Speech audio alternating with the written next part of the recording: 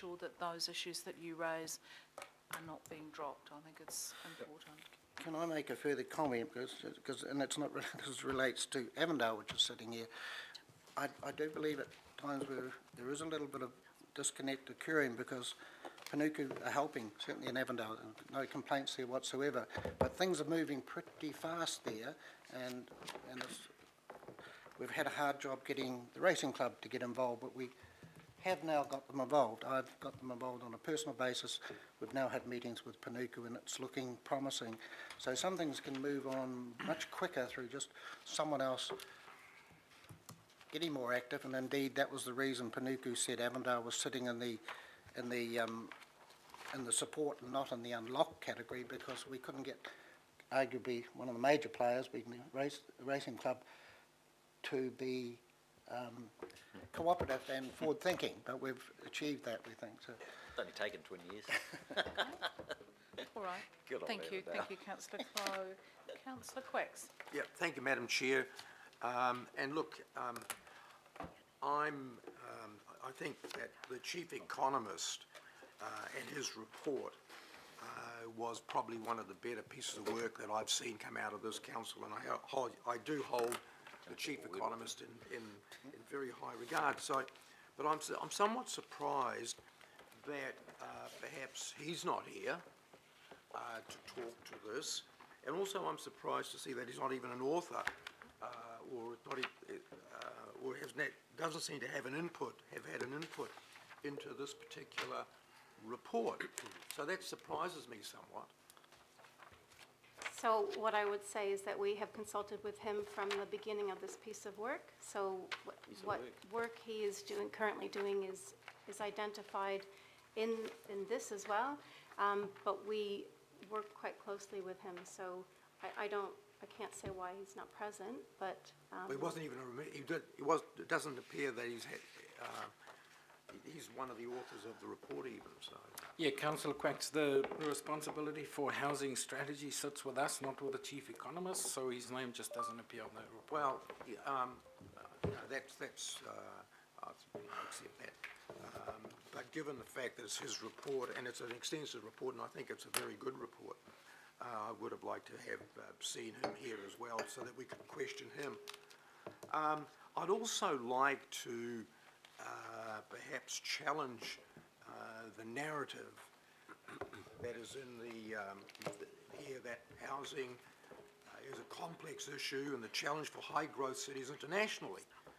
And I would suggest to you that there are a large number of fast growth cities across the world which are not facing the affordability crisis that Auckland is.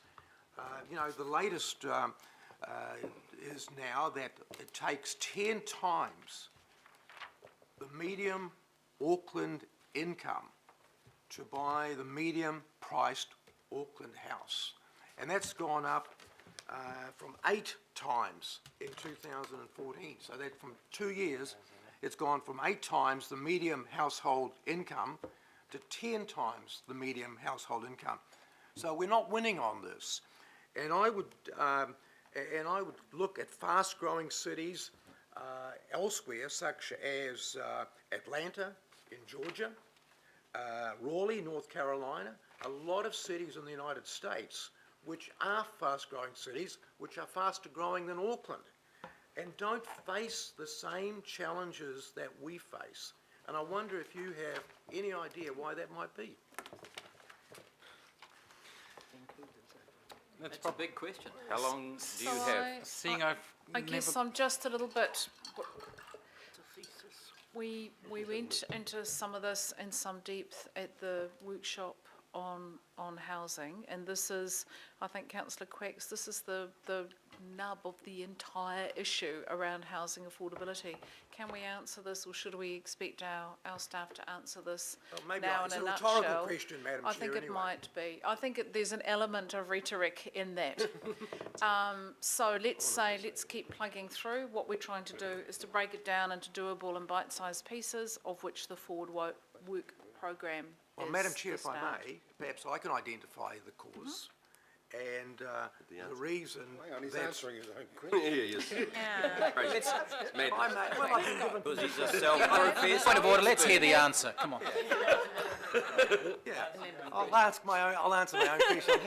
I'm happy to very Hang on a happy to minute, do you're that. consulting expert, that's right. Go, Hang on, councillor Quax. hubris. Well, There's none of it appears from most of the studies that are the most studies, is that those cities that have a much more liberal planning regime and are able to quickly adapt to growth and population through their processes have a much better affordability, or don't have that affordability issue, that those jurisdictions which rely very heavily on planning, restricting land supply, and restricting where residential properties can be built through planning. And it's good to see that, you know, we have a very illustrative point on this in the United States, where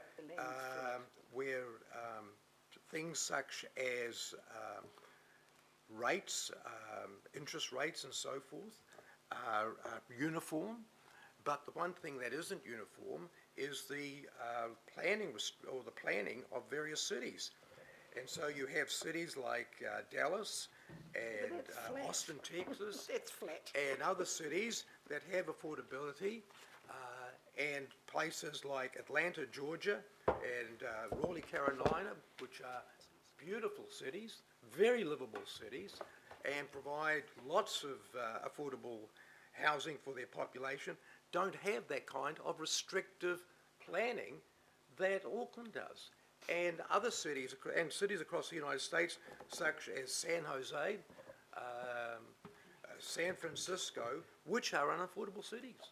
And they have very high planning restrictions in those cities. And so that, Madam Chair, is the answer to the question. Hollywood? Thank you, Probably no councillor Maoris either. Quax. And I know people don't necessarily want to hear it. No, but it's not, it's all, Infrastructure's different. it is, it's all part of the debate, and I guess, you know, again, in this big long list of actions, part of it is our planning regime. So, any other questions or comments, councillors? Feel free to ask a question and answer it. Is that, that might be the new quaxing.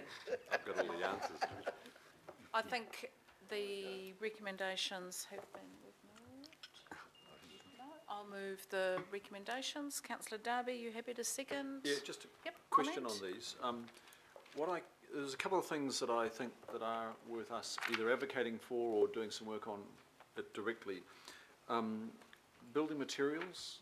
Now, I noticed in this morning's Business Herald by Anne Gibson, there's a piece there where the Minister's talking about initiatives that are underway. Are you able to let us know what those initiatives are? Not on the spot. I'm not sure what the new ones are. The minister started some initiatives 2 years ago, and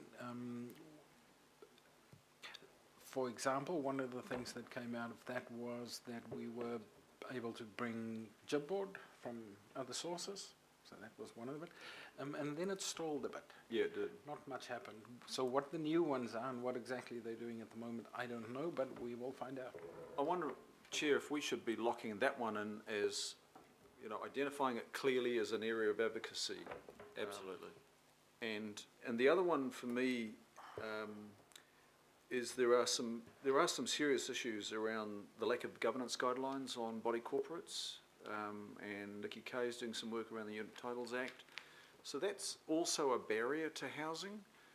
It's a barrier for people to coming into apartments or multi-unit developments where body corporates are a necessary part of that. They get a little bit wary of that, scared of that, decide not to go for it.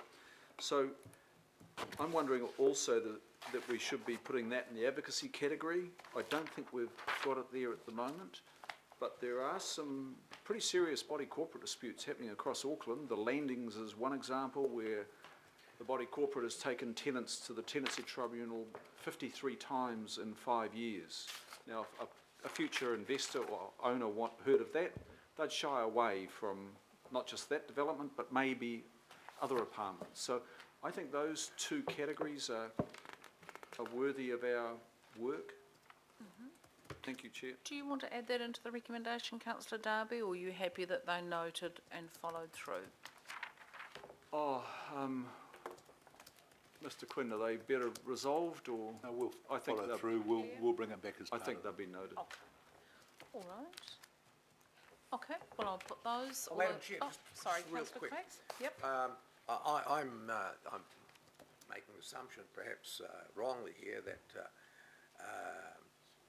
C encompasses things like the thing that I've been, like the matters that I've been talking about. Absolutely, I'm sure that does. We have an open mind to everything. We are working on this. Very good, Chair. I know your mind's open. Okay.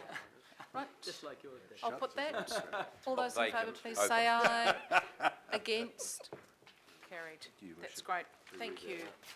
Thanks, Christina. Pleasure. Thanks, Mr Sharp. Quinn. Right, now on to Manukau. So we've got, hopefully everyone's got the mighty report, Manukau. copy of the report with them. The addendum that was circulated